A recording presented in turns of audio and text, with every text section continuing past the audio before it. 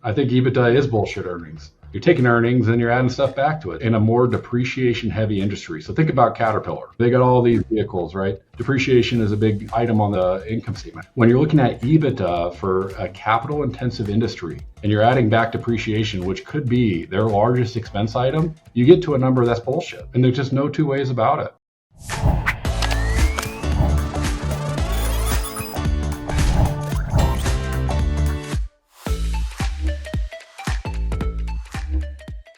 Hello and welcome to the Gross Profit Podcast. My name is James Kennedy. I'm the CEO and co-founder at procurementexpress.com. We take the hassle out of managing your SMB spend without buying an ERP, but we're not here to talk about that today. Instead, I've got Kevin O'Brien from Greyfeather, and Kevin, despite his name, is not going to have an Irish accent when you hear him in a couple of minutes here. But instead, we're going to talk about a great case study he has about how he created or helped his client create $2 million in extra EBITDA in 1 year.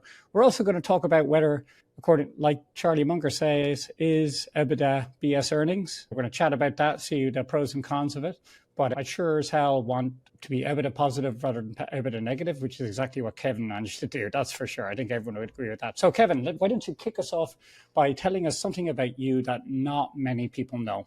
Yeah, great question. I'm a board game nerd. So in addition to being a financial nerd, I really get down on strategic board games and in particular the Euro game. So the strategy is a gene that runs strong with me. Very good, because I know a friend who is really into this, and he spends quite a bit of money on the physical tables. It's like you can, like any hobby, I guess you can spend infinite money on it. I wouldn't have thought you could spend money much, but he spends thousands on these tables for the purpose. What's your favorite type of board game? Is it a strategy or is it adventure, or what's your Definitely strategy. Yeah. Seven Wonders is a name that's somewhat familiar, but that would probably be at the top of the list as a classic. And do you have kids? Can you recommend a board game I can get going with my kids? Because with your kids. That's a good question. Stone Age is a good one. It helps them learn how to do division at a very high level. So maybe more 7, 8 years old type of thing. Okay, I've already had value from this podcast. I get to get on better because we were looking for family activities we can all do together. My kids are 9 or 10 now, so we're getting out of that phase where you're just watching stuff because they're watching it. We're trying to graduate to stuff we can all do at the same time. So board games is on that list. Anyway, enough child rearing advice. Absolutely. So Kevin, just give us a bit of your background. You've got a standard, I won't say standard, you've got a CPA background, but in addition to that, you've got some extra training which really informs some of the things we're going to talk about later. Maybe you can give us your background about how you got qualified. Yeah, I'd be happy to. So I started as an auditor, worked in audit for about 4 years, really saw the other side of the business and taken a risk-based assessment towards client financials, which I think was really invaluable towards shaping my perspective on business. I always recommend to people who are coming out of college, start with audit and work your way towards being an accountant. And I think it really adds some 360 view into the field and your ability to perform in those positions. From there, I worked in senior corporate accountant as Janus Capital Group, worked as a treasury manager, worked in financial planning and analysis, and ultimately pulled it all together into a controller role at a small business. So I think relative to a lot of other fractional CFOs, I've really worked in different aspects of the finance department. I think there is a differing quality in fractional CFOs where, depending on your path towards hanging your shingle out, potentially you're more accountant heavy or more financial planning and analysis heavy.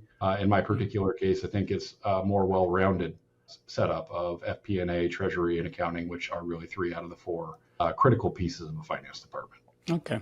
So a treasury, as I understand it, this is deploying capital for capital-rich companies that have to deploy money. It's figuring out how to make investments. Is that a simplified view of it? How would you characterize? Yeah, it's managing the banking relationship primarily. A lot of small businesses have a line of credit.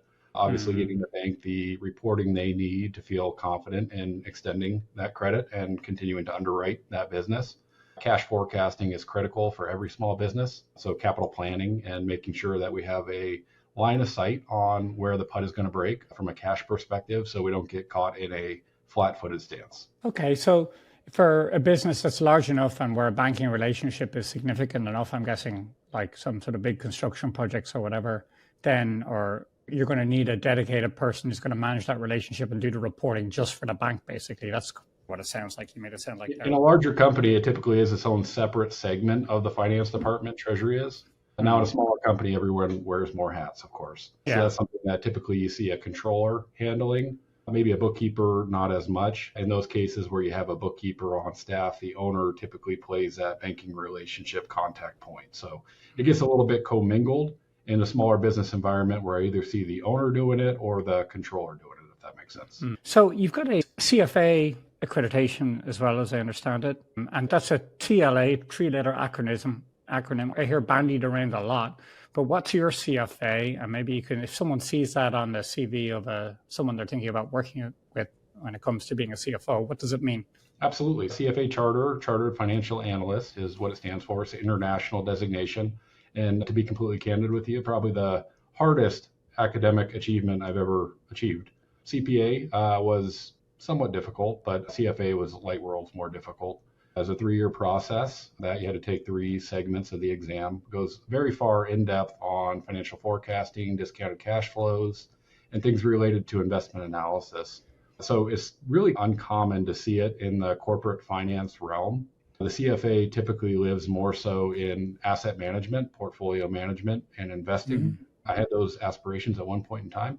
But I'll tell you, the concepts that I learned through that program, I feel like have continued to round out my experience and understanding the big picture on preparing financials. One of the funniest things I'll tell you, James, taking the CPA, they tell you how to put everything into an accrual method, which basically means as earned. And then when I went through the CFA exam, which most people don't do both, they told you how to tear down the accrual earnings and turn it back into cash basis financials and prepare a discounted cash flow analysis. So that was one of those really enlightening topics where it's, who is my customer and why am I producing these financials in a way that they then need to transform? Oh, you just said something there. We're gonna trigger some folks if we start talking about this. But this is my personal journey as well. You know, you're told that you're a big boy when you start doing accrual accounting, and your public accountant will tell you that it's great for whatever reasons, and then you try to use it to manage your business, and you start tearing the wall down again because you're like, hold on, I don't know, why is this accrued for? Why is this depreciating? What's the actual, it feels like, I know in theory it makes sense, and I guess it does for tax and all sorts of other reasons, but you're right. Like at the end of the day, it's about, where's the cash flows are about. That's interesting to hear about. So that CFA, I've heard it in terms of people, like you said, using it for like investment decisions, but I know there's a bunch of different acronyms out there, but is this something you're able to use for your own personal investment? Do you do any investing personally and do you use those skills, or is that a totally separate bucket? Absolutely. Yeah. I'm a huge strategy nerd. So investing goes right hand in hand with that. I'm also a sports gambler for what it's worth. But in either case, absolutely. I've analyzed the heck out of every stock you can imagine. Unfortunately, I haven't been able to turn it into making money on it. But that'll be the next step. Apparently, I missed a train on Bitcoin, and where we're at right now was not in line with my investment thesis. Dogecoin was not on my hit list, unfortunately. So did you take the side that Bitcoin wasn't going to last? We weren't going to be at 100K or wherever it is now when this gets published. When I continue to think it's maybe a little bit overcooked, I tend to be a contrarian. So whenever we see big sorts of run like this, where you see 100 times multiple from where it was trading years ago, I just tend to be a skeptic in those cases. And obviously, I've been on the wrong side of that one. There's a podcaster called Patrick Boyle. He's a financial podcaster out of London, Irish guy. I met him years and years ago. And he just released a podcast about how they gave a set of investors or Joe Publics, like they gave them like tomorrow's news from 15 years in history. Like every Wednesday, they would give them like tomorrow's news and tell them to make a trade as if they were on. So they gave them Wednesday's news and they told them to make the trade as if they were the Tuesday. And even having the front page of the FT or whatever it was, they still only were like basically 50-50 broke even investing. I'm staying away from that. I'm leaving it for the professionals. Even the professionals seem to find it difficult, so I'm going to stay away. I just stick it in the S&P. I think that's a good strategy, especially with yields at 4%. If you can get risk-free 4%, why stretch for these valuations that are at 30 times earnings? Yeah. And we'll move off this point in a second, but I feel like people they get obsessed with beating the market, which what you really want to do is build a financial plan for yourself, right? So what you really want is an amount, like eventually we all have to have a nest egg that supports us.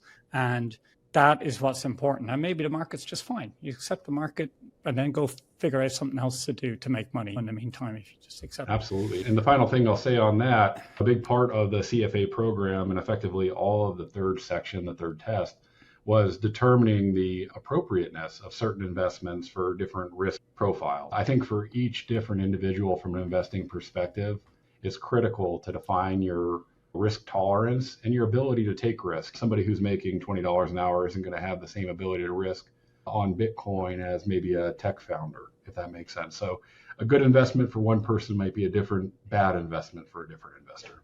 Okay, so let's touch on Greyfeather, greyfeathercfo.com. Just tell us a bit about your firm today and where were you founded and what stage you're at, etc. Absolutely, yeah. So I founded Greyfeather CFO about 2.5 years ago, May 17th, 2022. And just was a little bit, I'll say, upset with the corporate environment, working in that environment and working with one manager. In some cases, you do have a limited ability to make a significant impact if your views don't necessarily align with that person who calls the shots. That led ultimately to me wanting to make a bigger impact with my life. So the way I manifested that with my particular skill set is hanging out my shingle to help small businesses spell out what their financials are, define their KPIs, add strategy to their bookkeeping efforts, and ultimately improve the livelihoods of them and their employees, most importantly. Okay, so you've ventured forth and you found this business that had negative EBITDA of 500K when you found them. Now, first off, let me get something right. So is that the same as making a loss, or is there a difference there? There is in this case. So the EBITDA is bullshit earnings that Charlie Munger says, I think factors in there as well. And I know we'll get there. But in this case, depreciation was not terribly significant. So EBITDA was roughly consistent with net income. Okay. And let me, let's not assume anything here. So let's just describe what is EBITDA to get started with from a technical perspective. Absolutely. EBITDA, E, earnings, B, before, interest, taxes, depreciation, and amortization. So basically how we're going to do this is we're going to start with the net income figure. That's the bottom line on the income statement. And we're going to add back expenses that were deducted to get to that total, to get to a number that looks a little rosier in most cases than that bottom line net income number. So the expenses we're going to add back are depreciation, interest, and income taxes. And the reason why we do this, that could be a subject of debate, but conceptually, we add back depreciation because it's a non-cash charge. So this is one of those things that we're undoing what the accountants took great care to put onto the books from an accrual perspective, to now convert it back to the cash basis to get to a cash flow number that we can use for valuation through discounted cash flows. Okay, so we add back income taxes because the thought is that if you are buying a business, the way that you choose to finance it is a decision of that. So they put everyone on equal apples to apples, comparable perspective relative to whether or not they have debt on their balance sheet or not. And then finally, we add back taxes, which does the same thing that the interest add back does, except it cuts over the way that a entity is formed. So a C corporation is going to show an income tax expense on their books where an S corp will not, because the C corp is a taxable entity where the S corp is not. So what we're effectively doing here is we're getting to a cash number, or a cash proxy, I should say, that's comparable across business types and different approaches to financial leverage or debt. Okay. And we've gone to EBITDA format in our income statement in the last couple of years. And tell me where I'm wrong here. We did it because it was getting hard to see where the actual operating margin was on the business, like from the normal business operations, selling something and getting paid for it and then having expenses. But then with the depreciation, it was making it really awkward to see how much of the profit is depreciated. And it's because in our case, we depreciate our capital expenses and our software development, which is kind of BS really, to be honest, but because it's still, you got to pay those developers, and they got to eat every month and stuff. But anyway, we stripped it all back. So it's like reversing in a way some of this accounting decisions which are made, so you can just get back, I guess it's getting back closer to cash at the end of the day to see what the business really, so it's much more useful from an operating perspective as well to see look at your EBITDA versus your net profit. Absolutely. And so from a fundamental perspective, when we talk about valuation, all predicated on future cash flows. So what you had just described, the amortization of software costs, et cetera, it only complicates that factor of what the business is actually producing on a cash basis in any given year. So that's where the fundamental joke lies in the financial realm, is that we have the accountants spending all their time coding this information to be as earned on an accrual basis. And then we have our financial planning and analysis folks and our treasury folks converting that back to the cash basis so that they can determine what does this mean from a valuation perspective. So I guess it's the Full Employment Act. Okay, so let's get out of the textbooks and into the real world. And tell us a bit about this client that you found and what was going wrong for them when you found them. Well, absolutely, yes. This client, distribution client, more than $10 million in revenue, reached out to me. They had a circumstance where they were having a very difficult year, inflationary pressures in 2022. That was compounded by an underperforming controller and their lack of transparency into the underlying fundamentals of their business. When I was approached, it was primarily to clean up the books and improve the timeliness of the month-end close process. At that time, it was taking about 20 days to close the books. And when we looked at the financials, there was mismatch between sales and cost of goods sold, which led to distorted gross profit margins from one month to the next. So at the end of the day, they were effectively flying blind. And in addition to that, with the 20-day lag, by the time you're getting a read on how the business is performing, it's already dated information. Yeah. Okay. So let's say you're a CEO and you don't know any better and your books are 2 months behind. I guess that is a red flag. But how do you know, what are the other red flags that your controller isn't doing what they should be? I mean, that's a pretty big one. But what else was not happening that should have been happening? Yeah, I'd say a month-end close cycle, if it's taking more than 5 business days, that's a red flag. If a controller or bookkeeper is not pushing financials without having to be requested on a monthly basis, I think that's a red flag. If that financial package doesn't include accountability metrics, well-defined KPIs that tie to the budget, I think there's room for optimization. I wouldn't say that's a red flag because I think that's probably like the extra credit level that we see at businesses and we look to implement ourselves. So tell me, what were things day to day in the business like in the office when you got there? Yeah, well, things were quite hectic. The company was under significant financial strain. It had just lost $500,000 in EBITDA in the prior year. The lender who had the bank's or the company's primary lending facility was holding the annual renewals for ransom. And they actually decreased the frequency of that to each 6 months. They were asking for capital contributions from the owners. So as you can imagine, we didn't know that this was going to be a successful initiative, and the risk of a forced sale for the owners loomed large. All right. And okay, so you came in, you identified, obviously there were problems with the controllers. So what was your process to help turn things around? Absolutely. All my clients, they started off with a historical profitability analysis. This was an analysis that looks over as long as the accounting records go back. So in this case, I think we were looking back to 2010. And looking at data over that long of a time span, I think is something that business owners aren't used to doing. Typically, we're looking at this year's budget versus actuals. And it can be a situation where you have blinders on in some cases, where we're looking at what the company has evolved into without really seeing the big picture of where were we and where are we now, and what are the key drivers that change what was a good year 10 years ago to what's a terrible year this year. So ultimately, looking at that bird's eye view of historical profitability analysis over more than a decade and talking with the owners about it, we're able to define which key performance metrics really impacted the business from a good year to a bad year. Okay, so from that, we define the KPIs. We build into the month-end close process a KPI scorecard or dashboard, which adds accountability.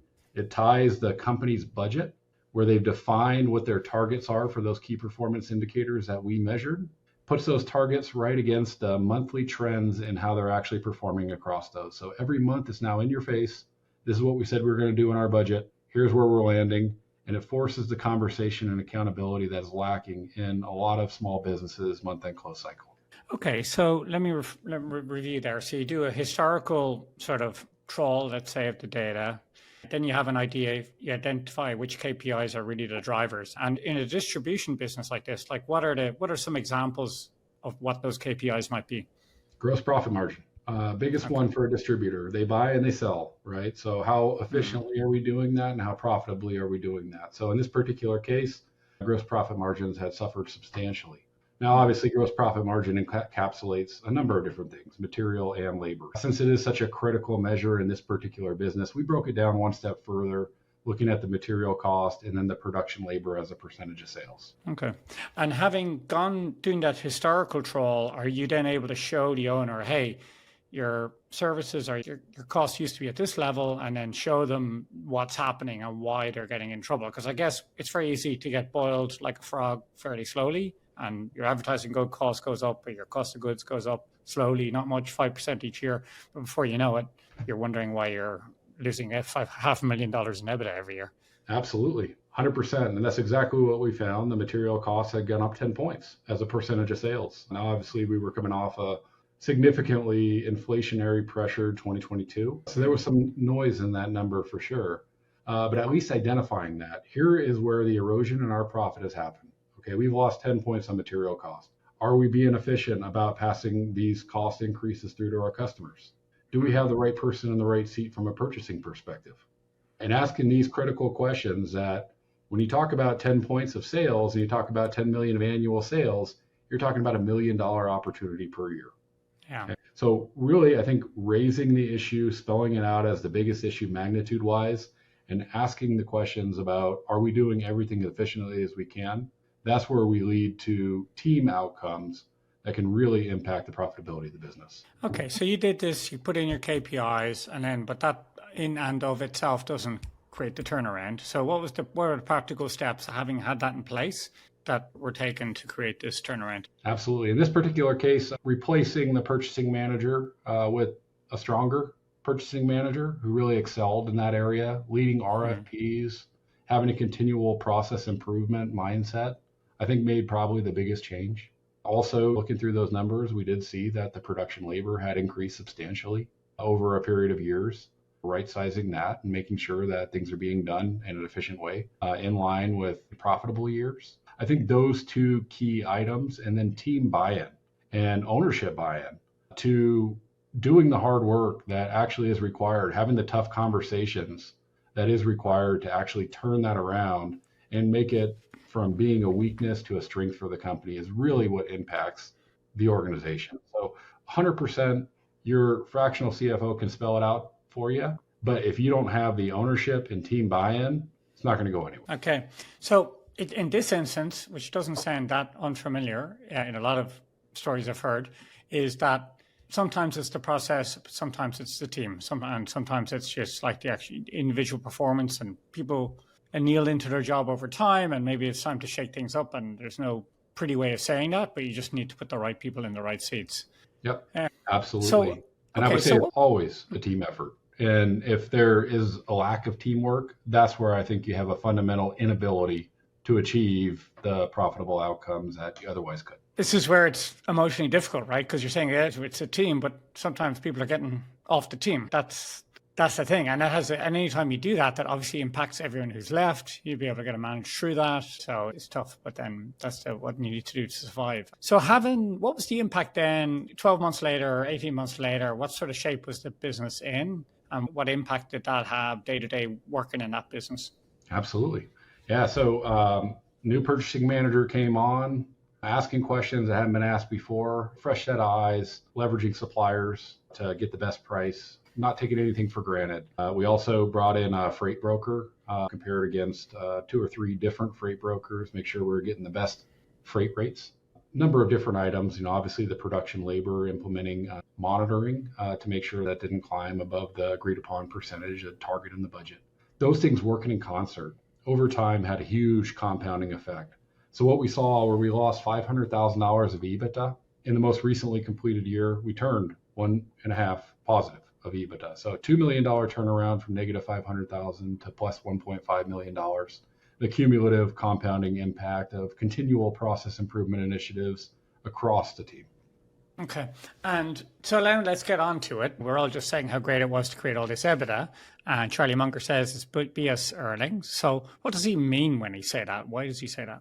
Well, I actually agree with him. I think EBITDA is bullshit earnings. So at the end of the day, you're taking earnings and you're adding stuff back to it. These are real costs. Okay. You have depreciation for your business. All right. And I understand that's a non-cash number. But when you bought the piece of equipment, it wasn't non-cash. Okay. So I think there is a line of thought, and I actually agree with it, that EBITDA excludes a number of items that are very true costs for a business. So now it's not across the board egalitarian. What I'll say about this is in a more depreciation heavy industry. So think about Caterpillar, all right? They got all these vehicles, right? Depreciation is a big item on the balance sheet or the income statement, I should say. When you're looking at EBITDA for a capital intensive industry and you're adding back depreciation, which could be their largest expense item, you get to a number that's bullshit. And there's just no two ways about it. Okay. In another environment, if you're working with a financial services company, depreciation is not significant at all. They might be depreciating some cubicles and a few computers, but their EBITDA is going to be much higher quality relative to their net income than a more capital intensive industry. Okay. Now, I will say, I agree. Charlie Munger is right on point. And I think he said adjusted EBITDA is bullshit, which is taking one extra step and it's saying, hey, now I'm going to normalize for everything that I don't feel like was actually fair, which is completely ridiculous. But in either case, EBITDA has become the standard. Okay. And it is the standard. If you talk to a business broker and you talk about a transaction that's happening, we're talking about EBITDA, multiples of EBITDA. So unfortunately, it's a necessary evil. And I agree with Charlie Munger, but this one has won out. And we're all living in the world of EBITDA, unfortunately. Yeah, it seems weird to me. Like everyone worships at the altar of Berkshire Hathaway and their annual shareholder meetings. And we all agree. And yet everyone turns around and just goes back to totally ignoring what they're saying. It's just like a cultural thing. I guess it's been driven by the bankers, maybe, because it's a more like a finance way of looking at things. I think the business brokers in particular, when they're looking at a business, they're talking to their buyer about multiples over EBITDA. Mm-hmm. And then also, I think you hit the nail on the head with the bankers too. When you talk about covenants, a lot of times you're seeing leverage covenants and coverage covenants that do start with EBITDA or have EBITDA as the denominator. So I agree. We're going to have to send this one to our senator and talk to the powers that be. Very good. All right. Listen, you've written on a lot of these topics, including building out budgets on your blog. How can people find your website and your blog where there's a lot of good writings there, I've noticed? Yeah, absolutely. Grayfeathercfo.com, Gray, grayfeathercfo.com. I have a blog section there, a few thought pieces. And if anyone should feel to reach out, please send me an email or an inquiry through the website. Great.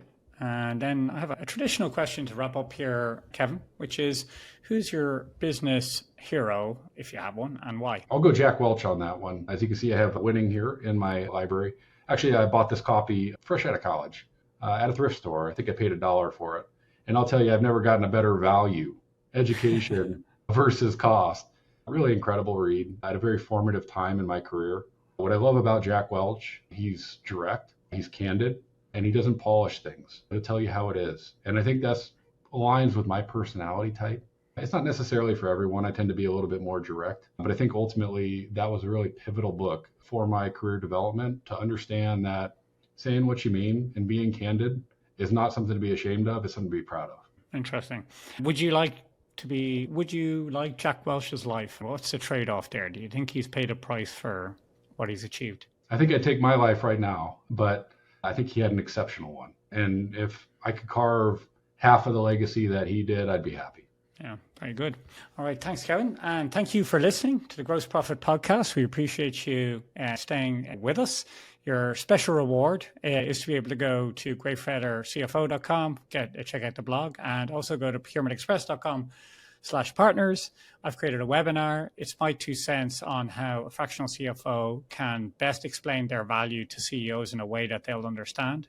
So check it out and let me know what you think. And Kevin, this has been fun. Thanks for coming along. Likewise. Appreciate you, James.